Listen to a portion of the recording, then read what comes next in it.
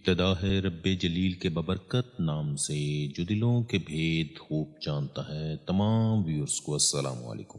دوستو، آج ہم سیر کرنے والے ہیں دنیا کے ایک ایسے کنٹری کی جو اتنا امیر ہے کہ اس کی 1/3 آبادی ملٹی ملینئر ہے، یا اس کا شہری بننے کے لیے ارب پتی ہونا ضروری ہے۔ یہ پوری دنیا کا امیر ترین کنٹری ہے، دنیا کی سب سے پرتعیش یاٹس کا گھر ہے، مشہور F1 گرینڈ پری کی میزبانی کرتا ہے۔ جہاں بھی آپ یہاں مڑتے ہیں آپ کو محسوس ہوتا ہے جیسے آپ جیمز بانڈ فلم میں کام کر رہے ہیں۔ اچھی خبر یہ ہے یہ خوبصورت بھی ہے اور بہت چھوٹا بھی، جو کہ صرف ½ کلومیٹر چوڑا اور تقریباً 4 کلومیٹر لمبا ہے۔ یہ اصل میں ویٹیکن کے بعد دنیا کا دوسرا سب سے چھوٹا ملک ہے، یہاں تک کہ یہ نیو یارک شہر کے سینٹرل پارک سے بھی چھوٹا ہے، جسے آپ صرف آدھے گھنٹے میں پیدل گھوم سکتے ہیں۔ اور بری خبر یہ ہے کہ انتہائی مہنگا ہے۔ یہاں ایک دن جم کرنے کی فیس 150 یورو ہے، یعنی یہاں عام بندہ تو سٹے نہیں کر سکتا۔ لوگ روز ٹرین کا سفر کر کے دوسرے ممالک کے ہوٹل میں ٹھہرتے ہیں۔ یہاں کی فی کس آمدنی 4.5 کروڑ کے قریب ہے۔ ایک چیز جو یہاں سب سے زیادہ سننے کو ملتی ہے وہ ہے بونجور، جس کا مطلب ہے ہیلو۔ موناکو، جو باضابطہ طور پر پرنسپلٹی آف موناکو کہلاتا ہے، نیس فرانس اور جنیوا اٹلی کے شہروں کے درمیان یہ ایک چھوٹی سی خود مختار شہری ریاست اور مائکرو سٹیٹ ہے۔ میپ پر نظر دوڑائیں تو اس کی سرحد شمال، مشرق اور مغرب میں فرانس اور جنوب میں بحیرہ روم پر فرانسیسی رویرا پر واقع ہے۔ موناکو کا رقبہ 2 مربع کلومیٹر سے زیادہ ہے، جس کی ساحلی پٹی تقریباً 4.1 کلومیٹر تک پھیلی ہوئی ہے۔ پوری دنیا سے لوگ اپنی دولت کو اڑانے اور ٹھکانے لگانے کے لیے، فائنلی شو آف کے لیے یہاں آتے ہیں، اور سپر کارز اور لگژری یاٹس ہر طرف نظر آتی ہیں۔ ادھر پہنچ کر ایسا لگتا ہے جیسے فاسٹ اینڈ فیوریس کی شوٹنگ چل رہی ہے۔ جی ڈی پی کے بارے میں بتا دوں، اس کی فی کس آمدنی تقریباً $1,83,000 ہے، جو اسے دنیا کے امیر ترین ممالک میں سے ایک بناتی ہے۔ کیونکہ یہ ملک اپنی رازداری کے قوانین کے لیے جانا جاتا ہے، اور بہت سے باشندے اپنی مالی معلومات کو عوامی طور پر ظاہر نہیں کرتے۔ 2021 میں موناکو میں ایک اندازے کے مطابق 41 ارب پتی مقیم تھے۔ تاہم یہ بات قابل غور ہے کہ یہ محض ایک تخمینہ ہے، اور موناکو میں رہنے والے ارب پتیوں کی اصل تعداد مختلف ہے۔ تو سوال پیدا ہوتا ہے کہ موناکو پیسے کیسے کماتا ہے؟ موناکو کی آمدنی پیدا کرنے کے کئی طریقے ہیں۔ پہلے نمبر پر آتا ہے گیمنگ یا gambling. Casino D Monte Carlo دنیا کے سب سے مشہور کیسینو میں سے ایک ہے، اور موناکو کی معیشت میں ایک بڑا حصہ دار ہے۔ کسینو دنیا بھر کے منی لانڈروں کے لیے ہیون کا درجہ رکھتے ہیں۔ دنیا کے کرپٹ سیاستدان، جرنیل اور 2 نمبر ذرائع سے مال بنانے والے یہاں لگژری یاٹ میں پیسے بھر کر لاتے ہیں، کسینو میں جوا کھیلتے ہیں، اور ان کو ڈاکومنٹ بنا کر دے دیا جاتا ہے کہ اس نے یہ پیسے کسینو میں جیتے ہیں۔ اب بلیک منی وائٹ ہو جاتی ہے۔ یہی موناکو کی آمدنی کا سب سے بڑیا ذریعہ ہے۔ دوسرا بڑا ذریعہ ہے ریئل اسٹیٹ۔ موناکو اپنے پرکشش مقام اور سازگار ٹیکس قوانین کی وجہ سے ریئل اسٹیٹ کی بہت زیادہ مانگ ہے۔ موناکو اپنے سازگار ٹیکس قوانین کے لیے جانا جاتا ہے، جس نے اسے دولت مند افراد کے لیے ایک مقبول مقام بنا دی ہے، جو اپنے ٹیکس کے بوجھ کو کم کرنا چاہتے ہیں۔ تاہم یہ مکمل طور پر ٹیکس سے پاک نہیں ہے۔ یہاں ذاتی انکم ٹیکس یا کارپوریٹ انکم ٹیکس نہیں ہے، اور دولت یا وراثت پر کوئی ٹیکس نہیں ہے، لیکن رینٹل پراپرٹی پر سالانہ 1% ٹیکس لیا جاتا ہے، اور کچھ اشیاء پر ویلیو ایڈڈ ٹیکس ادا کرنا پڑتا ہے۔ ٹورزم موناکو ایک مشہور سیاحتی مقام ہے جو ہر سال لاکھوں سیاحوں کو اپنی طرف متوجہ کرتا ہے۔ ملک میں بہت سے لگژری ہوٹل، کسینو اور پرکشش مقامات ہیں جو سیاحت سے آمدنی پیدا کر کے دیتے ہیں۔ آمدنی کے ان ذرائع کے علاوہ موناکو کو فرانس سے اہم مالی امداد بھی حاصل ہوتی ہے۔ کیا موناکو کا ایئرپورٹ موجود ہے؟ تو اس کا جواب ہے کہ نہیں۔ موناکو، سان مرینو، اندورا، لیختنسٹائن، ویٹیکن سٹی ایسی ریاستیں ہیں جن میں ہوائی اڈے نہیں ہیں، کیونکہ یہاں ایئرپورٹ بنانے کے لیے سپیس موجود نہیں ہے۔ موناکو سے صرف 30 کلومیٹر کے فاصلے پر فرانس کا تیسرا مصروف ترین ایئرپورٹ نائس کوٹ ڈی ازور ہے۔ ہوائی اڈے سے بسوں، ٹرینوں اور ٹیکسیوں کے ذریعے موناکو آسانی سے آیا جا سکتا ہے۔ اگر آپ کے پاس یورو ریل کا پاس ہو تو ٹکٹ کی بھی ضرورت نہیں ہوتی۔ کئی ہیلی کاپٹر کمپنیاں بھی موجود ہیں جو ہوائی اڈے اور موناکو کے درمیان باقاعدہ پروازیں پیش کرتی ہیں۔ اگر آپ موناکو جانے کا ارادہ کرتے ہیں تو آپ نائس ہوائی اڈے کے لیے فلائٹ بک کر سکتے ہیں۔ Can you enter Monaco from France without a passport? Monaco ایک خود مختار ریاست ہے اور یورپی یونین کا رکن ہے، لیکن یہ شینگن ایریا کا حصہ نہیں ہے۔ اس کا مطلب ہے فرانس اور موناکو کے درمیان سرحد پر پاسپورٹ کنٹرولرز موجود ہیں اور مسافروں کو داخل ہونے کے لیے پاسپورٹ پیش کرنے کی ضرورت ہے۔ اگر آپ کسی ایسے ملک کے شہری ہیں جو یورپی یونین یا یورپی اکنامک ایریا کا رکن ہے تو آپ قومی شناختی کارڈ کے ساتھ موناکو میں داخل ہو سکتے ہیں۔ How much is cost a mile in Monaco? عام طور پر موناکو میں کھانے کی قیمت بہت سے دوسرے ممالک کے مقابلے میں زیادہ ہونے کا امکان ہے۔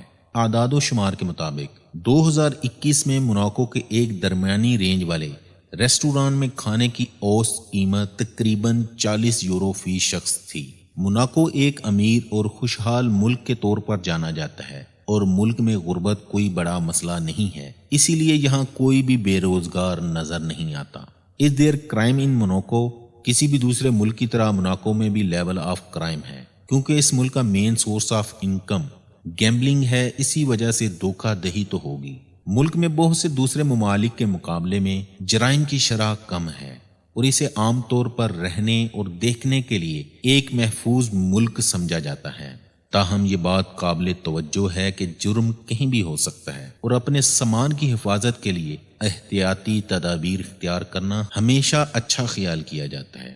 موناکو پاپولیشن تقریباً 39,000 افراد پر مشتمل ہے، جو اسے آبادی کے لحاظ سے دنیا کا دوسرا چھوٹا مگر سب سے گنجان آبادی والا کنٹری بناتی ہے۔ موناکو پیپل فرینچ اور اٹالین۔ موناکو کی سرکاری زبان فرانسیسی ہے اور آبادی کی اکثریت اپنی پہلی زبان کے طور پر فرانسیسی بولتی ہے۔